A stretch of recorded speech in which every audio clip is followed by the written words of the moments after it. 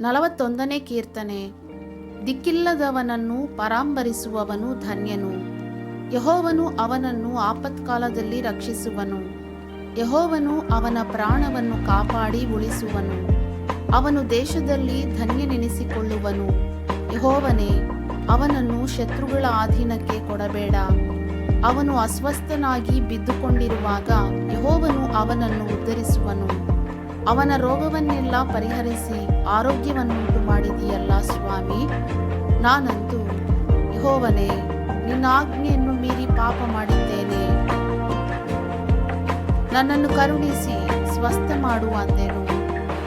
ನನ್ನ ಹಾನಿಯನ್ನು ಅಪೇಕ್ಷಿಸುವ ಶತ್ರುಗಳು ಅವನು ಯಾವಾಗ ಸತ್ತಾನು, ಅವನ ಹೆಸರು ಯಾವಾಗ ಇಲ್ಲದೆ ಹೋದೀತು ಎಂದು ಹೇಳಿಕೊಳ್ಳುತ್ತಾರೆ. ಅವರಲ್ಲೊಬ್ಬನು ನನ್ನನ್ನು ನೋಡುವುದಕ್ಕೆ ಬಂದರೆ ಕಪಟದ ಮಾತನಾಡುವನು. ಮನಸ್ಸಿನಲ್ಲಿ ಅಶುಭಗಳನ್ನು ಸಂಗ್ರಹಿಸಿಕೊಂಡು ಹೋಗಿ ಹೊರಗೆ ಪ್ರಕಟಿಸುತ್ತಾನೆ. ನನ್ನ ಹಗೆಯವರೆಲ್ಲರೂ ನನಗೆ ವಿರೋಧವಾಗಿ ಕಿವಿಗಳಲ್ಲಿ ಗುಜುಗುಜು ಮಾತಾಡಿಕೊಳ್ಳುತ್ತಾರೆ. ನನಗೆ ಕೇಡನ್ನು ಕಲ್ಪಿಸುತ್ತಾರೆ. ಅವನನ್ನು ಅಸಾಧ್ಯ ರೋಗ ಹಿಡಿದದೆ. ಅವನು ಹಾಸಿಗೆಯನ್ನು ಬಿಟ್ಟು ತಿರುಗಿ ಏಳುವುದೇ ಇಲ್ಲವೆಂದು ಹೇಳಿಕೊಳ್ಳುತ್ತಾರೆ. ನಾನು ಯಾವನನ್ನು ನಂಬಿದ್ದೆನೋ, ಯಾವನು ನನ್ನ ಮನೆಯಲ್ಲಿ ಅನ್ನಪಾನಗಳನ್ನು ತೆಗೆದುಕೊಂಡನೋ ಅಂತ ಆಪ್ತ ಸ್ನೇಹಿತನು ನನಗೆ ಕಾಲನ್ನು ಅಡ್ಡಗೊಟ್ಟಿದ್ದಾನೆ.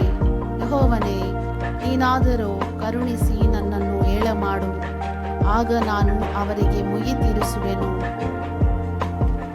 ಶತ್ರುಗಳ ಜಯಧ್ವನಿ ಇಲ್ಲದ್ದರಿಂದಲೇ ನಿನ್ನ ಒಲುಮೆ ನನಗುಂಟೆಂದು ತಿಳಿದುಕೊಳ್ಳುವೆನು.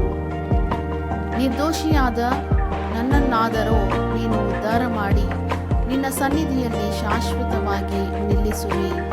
ಇಸ್ರಾಯೇಲ್ಯರ ದೇವರಾದ ಯೆಹೋವನಿಗೆ ಯುಗಯುಗಾಂತರಗಳವರೆಗೂ ಕೊಂಡಾಟವಾಗಲಿ. ಆಮೇನ್, ಆಮೇನ್.